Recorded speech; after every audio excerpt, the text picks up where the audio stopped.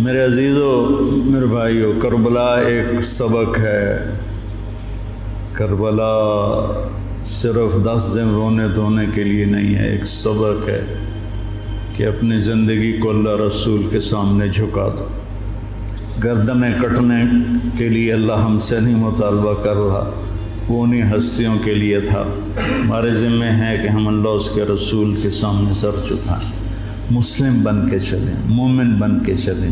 اللہ کے واسطے میرے بچوں، اگر میرے شاگرد ہو تو یہ دیوبندی اور یہ بریلوی، یہ جھگڑے نکال دو، اپنے آپ کو مسلمان کرو، مسلمان۔ میں ایک دفعہ ایک جگہ بیٹھا تھا تو ایک بزرگ بیٹھے تھے، کہنے لگے جی آپ دیوبندی ہیں کہ بریلوی؟ تو میں نے کہا جی میں مسلمان ہوں۔ وہ مجھے ایسے دیکھنے لگا، وہ کہنے لگا میری 60 برس 70 برس عمر ہے، میں نے آج تک کسی کو یہ کہتے ہوئے نہیں سنا، تو میں تمہیں مسلمان دیکھنا چاہتا ہوں، میں تمہیں دیوبندیت سے نکالنا چاہتا ہوں۔ مسلم بنو، مسلمان بنو۔ ہم امام ابو حنیفہ کے فتوے پر چلتے ہیں، ان کے فتاوی کی جو تشریح اہل دیوبند نے کی ہے ہم اس کو زیادہ صحیح سمجھتے ہیں، باقیوں کو عزت دیتے ہیں، احترام کرتے ہیں۔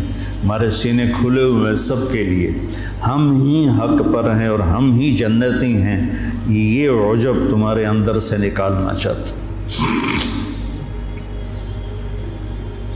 کریم بادشاہ ہے، جس کو چاہے معاف کر دے، ہم ٹھیکیدار ہیں۔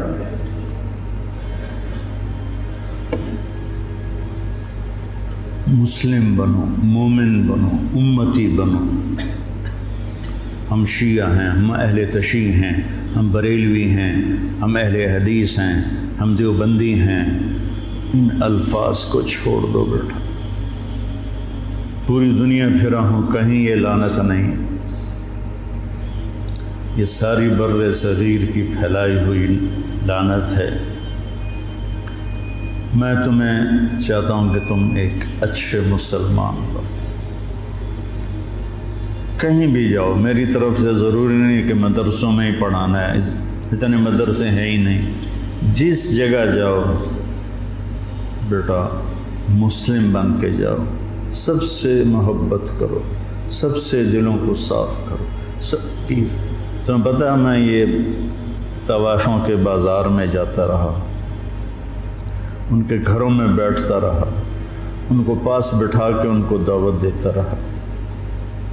میرے لیے میں نے بیٹی کہتا تھا، وہ رو پڑتی تھی کہ سانتا جی کس سے آج تائیں بیٹی نہیں آکھیا، تسی سانو بیٹی آکھیا۔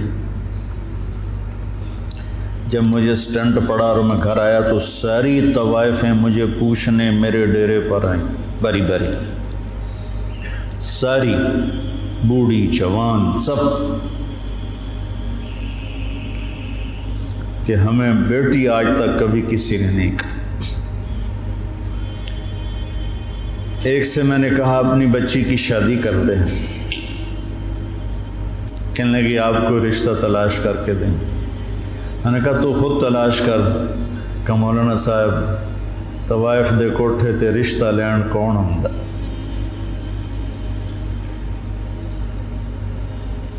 طوائف دے کوٹھے تے تو خریدار ہی آن۔ طوائف کو طوائف کس نے بنایا؟ وہ اسی طرح میاں صاحب ہے اور اس کے ماتھے پہ طوائف کا ٹیکا لگ گیا۔ تو میں نے تو ان کے پاس جانے میں بھی کبھی یار محسوس نہیں کی۔ تو اپنے ذہن کو کشادہ رکھو، ٹھیک ہے؟ مسلم بنو، مسلم، اس پر اپنے آپ کو قائم رکھو۔